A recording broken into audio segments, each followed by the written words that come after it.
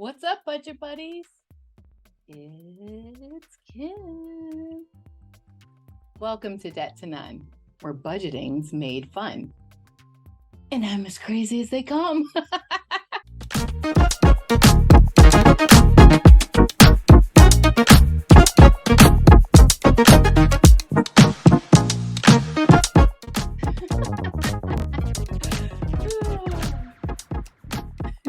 I'm feeling pretty good over here. Pretty good. That's why we did like a little dance introduction. I don't know what that was. That's just me being me. I want to talk about breaking the cycle of the compulsive shopping or the addiction to shopping. The reason why I want to talk about that is because I know a lot of us deal with that or have dealt with that or in recovery, like myself. And we know that there's a psychological aspect when it comes to like money management, debt. There's that root problem that has to be resolved before we can move on. Because getting out of debt is probably easier than actually staying out of debt. You can dig your way out of debt if you haven't dealt with that issue that got you there in the first place. It's so easy to get right back in, isn't it? I wanted to talk about my issues, my problems. Maybe someone out there can relate. The reason why I was so fixated and obsessed with shopping, and it was such a I guess an important part of my life, and where debt, carrying credit card debt, was so normal to me. Not only was it normal, it was a necessity, because I was one of the many people that was living well beyond my means. There was a short period of time where I had a lot more money at my disposal. My early 20s, for a few years, I was really going through some cash seriously. And I'll just include where it came from. It was a wrongful death suit for my oldest brother. We sued a bunch of entities, and I was given $250,000. I was 21 years old. I had no experience of money management, but I needed training. I needed educating because I grew up on a low income, raised by a single mom who was on welfare. And then I became a teen parent, a teen mom, and I was on welfare. And then I was surrounded by people that just were no good. My money was just like completely run through within like 5 years, I want to say. I want to talk about what my triggers are, what they were. I mean, I guess they're kind of, maybe they are. I'm not sure how that works because I'm coming up out of my addiction to shopping. Oh, what is that? Is that appropriate? Is that what we call it? One time I spent our car note. Like my husband and I shared our account. We shared an account like married couples do, join the finances and stuff. And this is like in our first year of marriage. And oh gosh, I forgot this part of my life. On Friday nights, I would always be feeling good. Could be because I got paid for my job. And so on my way home, I'd always go to the store and buy whatever. A lot of times it was food. Sometimes it was just something something for the house, something I really wanted, whatever. And I did this so regularly And then I mean, I see the balance, like the money is there. This is how I did it when back then. Like the money is there. And then towards the middle of the month when the car note is due, and I'm like, I told my husband, like, oh, we don't have money for the car note. And he's like, what are you talking about? Yeah, we do. Like I put the money in the bank. I'm like, I spent it. And then I will never forget the sit down where he's like, you cannot keep spending like this. I mean, I had a problem. You ever wonder if you have an actual addiction? I found this quiz online and I'm so curious. If I answer the questions according to where I was a few years ago, what would they tell me? What would this quiz say? Okay, shopping addiction quiz. Do you quite often feel the urge to go shopping when you are low or depressed? Yes. Do you get a high from shopping? Yes. Do you frequently walk away from a store with many more purchases than you had intended to make? Yes. Are your credit cards almost to their limit or maxed out? Well, yes. This is true back then. Are you unable to resist a sale or bargain? Uh, kinda. Yes. Do you ignore family or work responsibilities so you can go shopping? I have. I have done that. Do you try to hide your purchases or even lie about them to family and loved ones? I have done that as well. I've I've hid my purchases, rip all the tags off, put everything in the closet, and try to pretend like they've been there for years. Oh, it's horrible. But my conscience would bother me so bad I would end up admitting it. Do you buy a lot of things that you end up not even using? I Yep. Do you feel a sense of guilt or shame after some of your shopping trips? Yes. What is it saying? Your results 7 through 9, you might have what world psychology refers to as compulsive buying disorder, excessive shopping cognitions and buying behavior that leads to distress or impairment. It might not be totally your fault either. Excessive shopping can be a sign of ADHD in women, or it just might be a habit that's gotten out of hand and needs a little attention to get things back in check. Now is the time to enlist help from a friend or loved one, or even therapists to help you regain some control over your spending. I would mask maybe the pain that I was feeling inside by buying new clothes, buying new hair, makeup. And, what I would do is I would transform my look a lot because I was unhappy on the inside for whatever reason it was. A lot of times, like when I was younger, it was because of the family, the dysfunction in the family. And that was hard. And then I chased, like a lot of people, like outlets. I need a man, or I need alcohol or substances. I need shopping. I need something to give me that temporary enjoyment. And then it's just so in the moment I feel better and I'm not miserable. I'm not crying anymore. I'm living a happy life in that one moment. And then it would be fleeting, of course. It would just boom, not last. And now the cycle has to start all over again. So now I gotta keep chasing it. And then once I got older and I started working 40 hours a week and getting paid more money, I went to the mall. Let's just say at least once a week, I would go through the doors of that mall. And this was my serenity. This was my escape. This was for a lack of any other term that fits it better, this was my drug. I would go through those doors and I remember I would take this deep inhale because the mall has a scent to it because they're drawing in the customers. Since is a big trigger to bring in that money.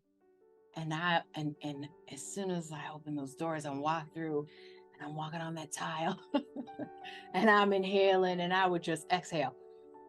And I'd be like, I'm here. I'm here. And I am not kidding. Everything in me would the dopamine, I would feel it. I would actually feel it. I would be like, oh, this is amazing. And oh my gosh, even talking about it is doing something to me.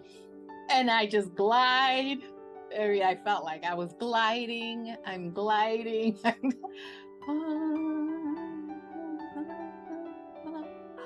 And then the first store, you got anything good? Go in there. See if I can catch something that's not too expensive, but looks like it's pricey. And then I'd come back into the mall and I would, go hit the perfume, and oh gosh. And then as I got older, now I'm going into the Coach store and Marshall Fields, and I'm like, I gotta spend money. Oh, Sephora, Mac, and I would. That's how I was. If I didn't find something to buy, there was this like feeling of frustration and this void, and I would just be like, oh, I'm just not complete. And I know that is a sign that there is a problem. When the money came, well, things just got real interesting. Let's just say I bought a car with that credit card. Not for me. For my ex-husband. Oh, the things I did.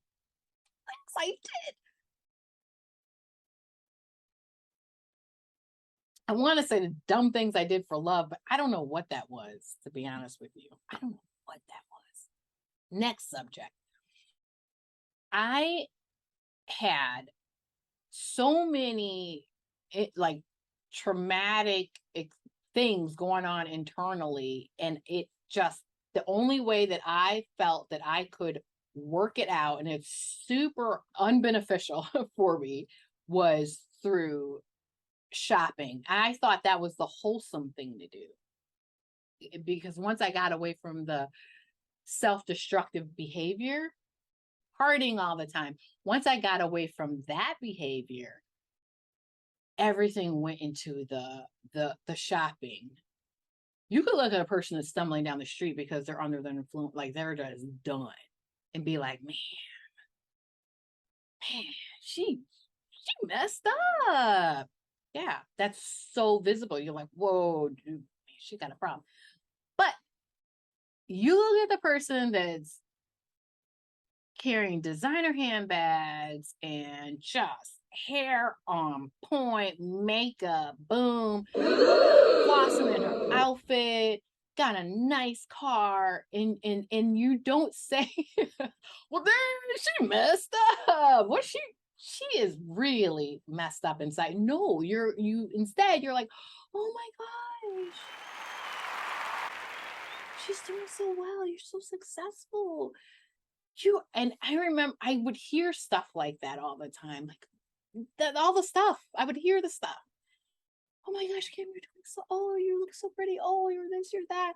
Look at how far you've come, and everything's going well for you.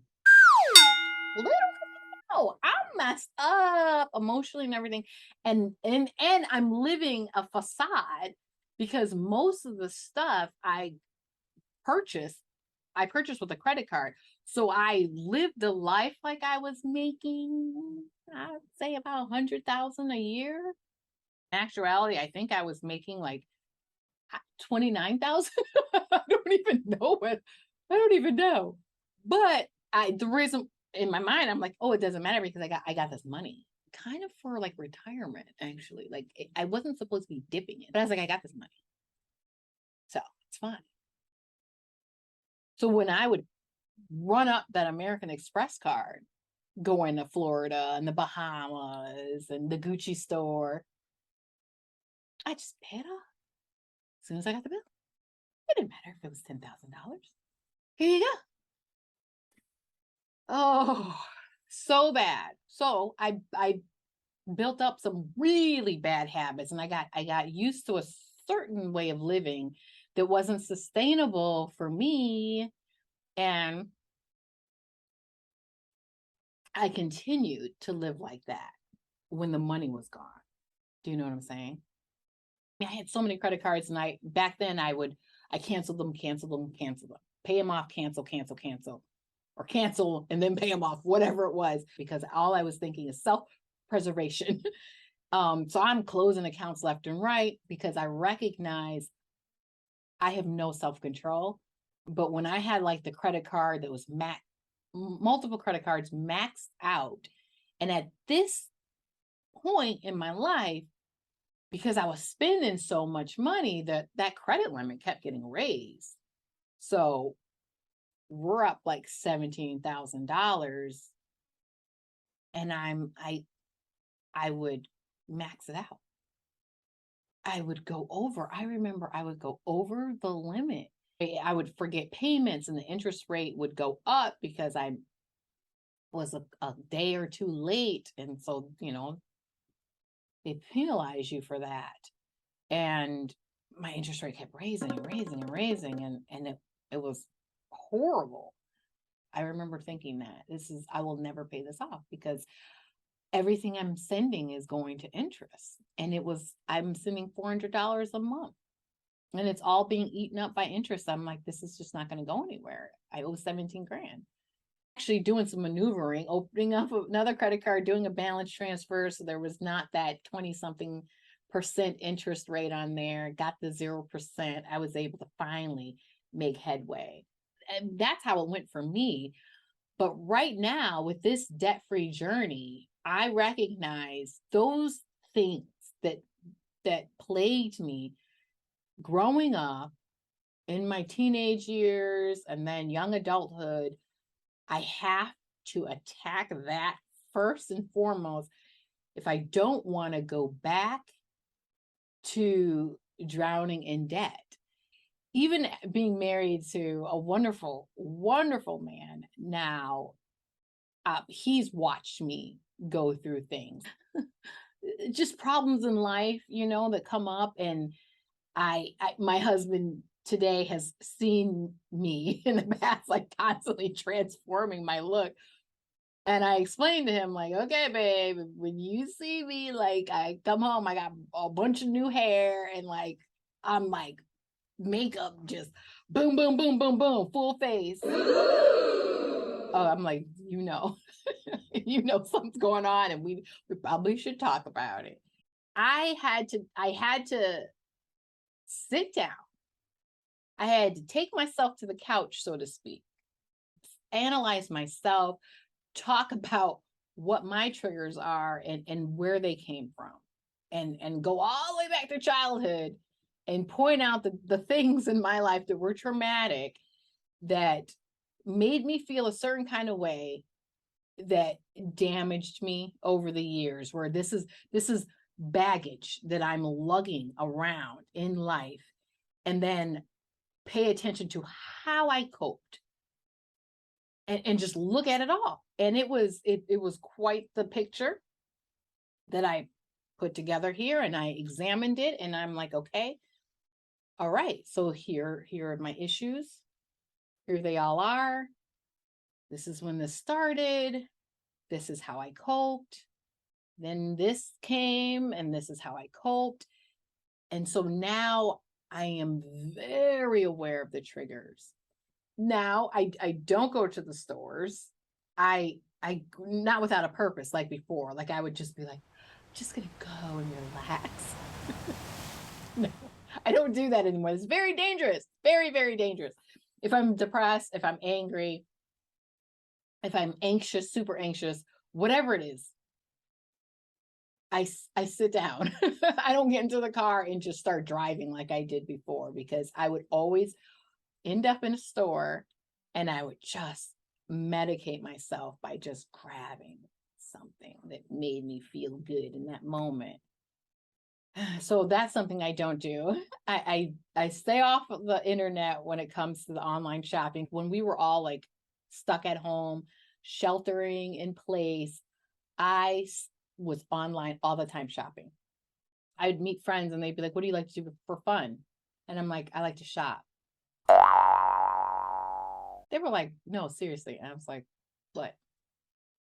"I like to shop." I'm like, "What are you talking about? That is fun." Oh, it's fun for me. Now with this whole debt-free journey thing, I'm like, I'm holding my feet to the fire. I turned on the camera. I told everybody out there, I have this much debt. I want to get out. Here's the date that I want to be out. Here comes accountability now. I don't want to get on here and be like, yeah, so I just ran up my credit card 10 grand because I needed some more clothes and makeup. I don't want to do that.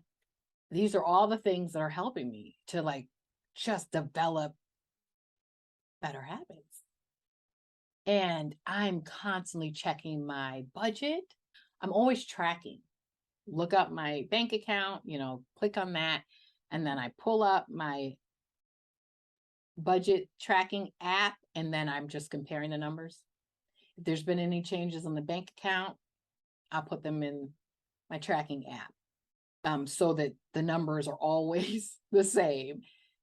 Because I do this every day, there's no surprise charges that come through because I'm so meticulous and doing like a no spend month for February. And I also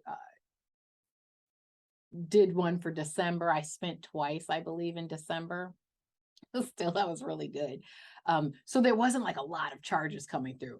January, I was kind of like, ooh, I was like on a diet and it's like, now it's time to cheat. So January, I got a little spendy, just a bit. And then when I got hit with the dental work treatment, everything stopped. I was like, I stopped breathing. Stop spending. I just stopped. Like, we ain't doing this. To be debt free, to succeed at this whole goal means we must go to the source of the problem.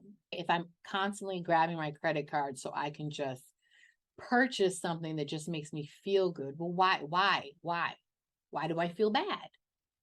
What's going on in my life that's making me feel a certain kind of way and that I need this band-aid over here? Well, let's deal with this problem without putting the band-aid on it. Let's put it on the table. Let's deal with it. Why do I always feel like I have to have new stuff? Is there something missing in me? That's what it was for me. I just wanted to, honestly, I wanted to look like Barbie. Of course, Barbie didn't have any problems, and I'm like, she's always smiling. As I got older, I was like, oh my gosh, you mean I can have Barbie's hair? Let's go buy it. Oh my gosh. Boom, I'm Barbie now. And I had to look at it and I had to address it. And I'm like, we're gonna have to work this out. Because if I'm feeling a void and I'm filling it with things that are hurting me, well, I am not winning here. So I had to put it all on the table and find out, how can I fix this? How can I reverse this and be happy with myself? And stop looking to these things to make me happy. Because the cars and the clothes and the makeup and the handbags and the parties, none of that actually made me happy. That was a long story, but my point is, let's address the issues. If we're going to do this, let's do it right. We don't want to be back here again, do we? No. Whew. Okay. So let us go through the transactions for February. This is going to be so fast. Last time I checked in with you, it was February 7th. Beautiful. So let's do the 8th through the 14th. Easy peasy. I'll be done in 1 second. You're going to die how fast this goes. Well, I just talked your ear off. So let's just keep this moving because this is really quick. On February 8th, I paid $60 to my Discover card. Yay! Got that done. February 9th, I was paid through my employment, $13.38. And then on the 9th as well, Hulu went out for $7.99. Then we'll jump down to February 13th. I made a payment to my Citibank card for $50. That balance transfer that's on there is for the siding that I had done on my house. And then that's it. That's all we have. Those are the only charges that I've had during that week. Y'all, this is what a no spend month looks like. I'm not gonna say that that little quiz is wrong. I'm right now, for me, I guess like anybody that maybe has a problem that's in like dealing with an addiction, I'm like quitting cold turkey, so to speak. Like I'm being very strict. I'll tell you, when I'm with the family, I never want to shop because my therapy always came when I was alone, or either I'd like have her daughter with us. I prefer not to because she needs a lot of attention and stuff, and she's kind of breaking my concentration. She's breaking my concentration as I'm holding the items in my hand. I'm like, stop talking to me. I'm trying to be in this moment. Yeah. In 2020 and 2021, I was shopping all the time online. So I didn't have to go anywhere. But when 22 came, I was like, nope. January, I was like, I'm paying off this home improvement debt. And we're not doing this anymore. We're not living that life. And so thankfully I continued all last year. And then this year I'm like, I'm going to continue. I don't feel at this point strong enough that I could just go to the mall by myself. So I'm not going. This is how I'm dealing with it. So you guys saw how strict I have to be. I am in recovery. I threw myself into recovery. I'm turning it off, flipping the switch. I cannot live like that. I know why I got to where I was with my shopping. I know where that retail therapy came from. I know the sources of like the pain that I was trying to mask. I know what it is. And so I find talking about it with people I trust, just talking about it, I'm getting my emotions out there. Let's go through it. And I've got that listening ear and that shoulder to cry on, whatever it is. I find that does help too. And then, looking inside and being like, yeah, you're okay. You're good. You're good enough. You don't need this. You're doing well. Yeah. You don't need to be something you're not. You don't need to pretend. You're doing good.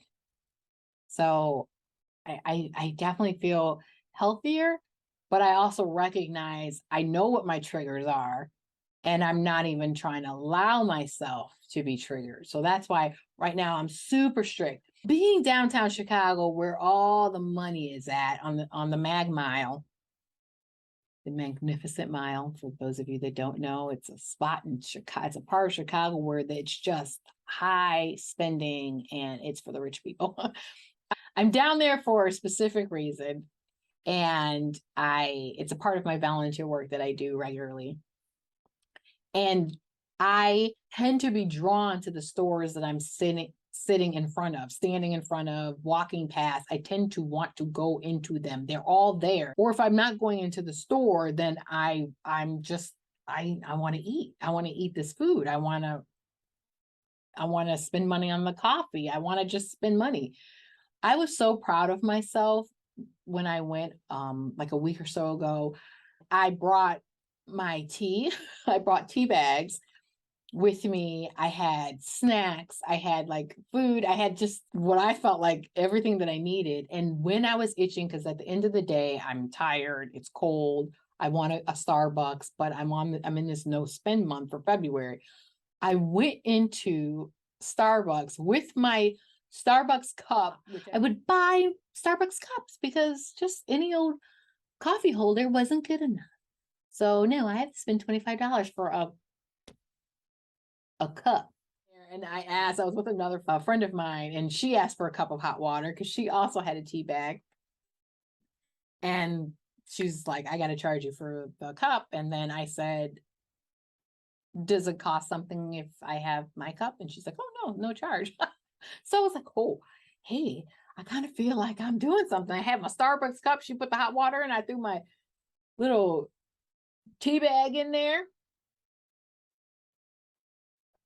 I was like, I can totally pretend like I just spent money at Starbucks. I was like, this is fabulous. So I felt really good that I resisted the urge to spend, because that's hard for me. It's like torture. And I did it. I did it. I was like, man, even as I'm about to get on the metro, I was like, man, don't you want some French fries? No, Kim. No, Kim. No, you don't want any French fries. I'm so proud. I forgot to tell you guys that I resisted. I prepared for the day downtown, and I did not spend anything outside of transportation costs.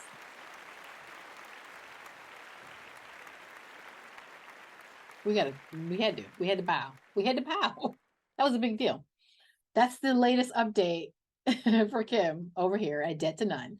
Thank you so much for hanging out with me. I always appreciate you taking the time to spend with me and listen to me and support me on this journey. It means a lot. I didn't think anyone was going to really be watching. So the fact that I don't even want to talk about the number. I don't even want to talk about the number. I don't even want to talk about